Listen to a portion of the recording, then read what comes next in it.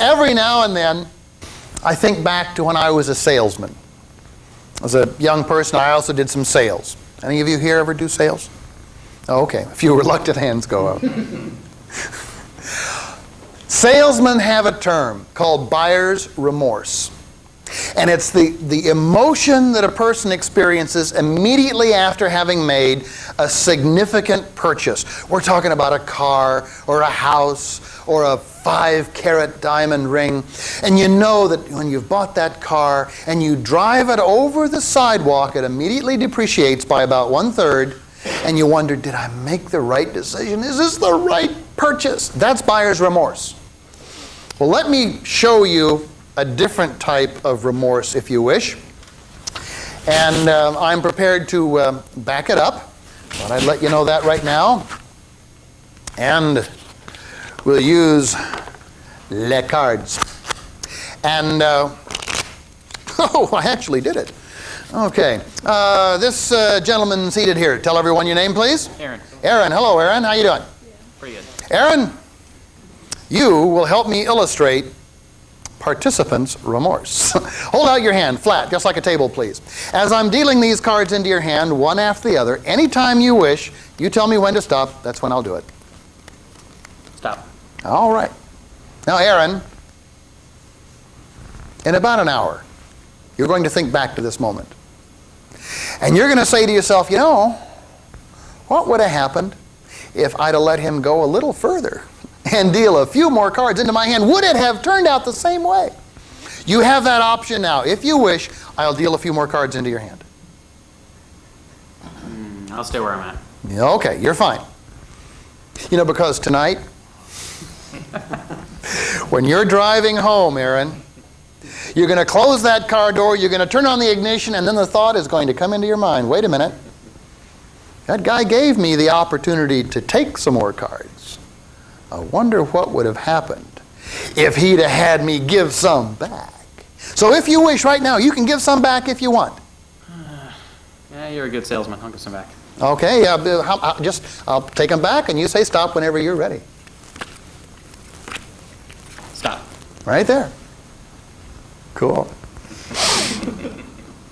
You know, let me just take these for a moment and hold out the second hand. We'll have two hands now because we need to narrow the choice down to two possibilities. So we'll do it this way. Aaron, in just a moment. No.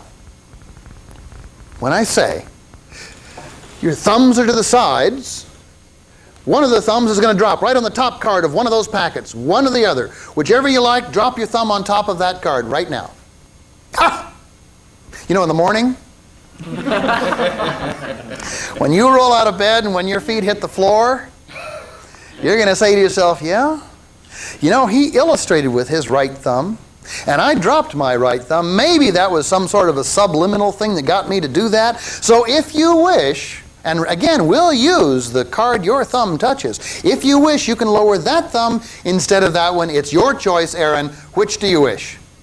I want to keep this one. You want to keep it. So we'll no longer use these. And as a matter of fact, keep your thumb on that top card. And that's the only one that's involved. Now, you'll recall that earlier, I said I was prepared to back up my statement. Well, I'll show you mine if you'll show me yours.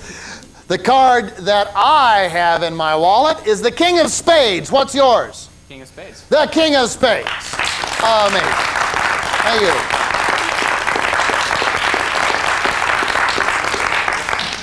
I know what you're thinking. No. Not this time. Okay.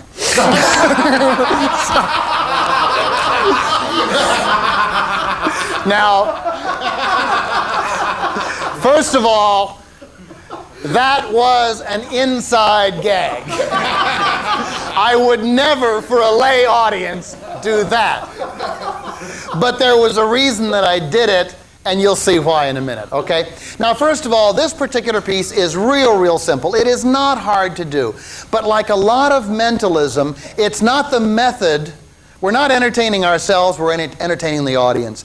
And it's the presentation It's the connect you're making between yourself and the audience. And they talk about the buyer's remorse. That makes sense. That's what I'm talking about, making mentalism believable, okay? So it's a fun story, and most of you are already probably well ahead of me, but I'll go ahead and explain the workings of this anyway. First of all, it's a force. We're going to force one of two cards. We're either going to force the King of Spades or its brother, the King of Clubs. Where'd it go? There it is right there. Okay? Those two cards start off on top of the deck, with the King of Clubs on the very top. Now the way you remember that is when you club somebody, you hit them over the head. So on top is where the King of Clubs is. That's a mnemonic. That's how you remember that. It'll make sense to you in a second. Now obviously, when you deal the cards into a person's hand, once again, Aaron, if you would, thank you. When you deal the cards into his hand, the first one is the King of Clubs, the second one is the King of Spades, and it doesn't matter how many more you deal, right? Doesn't matter how many you take back, how many more you deal. It's all fun and games. Then you get down to the business with two hands. Oh, one thing I didn't do that I really should have is after he refused to take any more and after he gave some back, just remember your card could have been, okay? You really do want to let the audience know they're not all the same.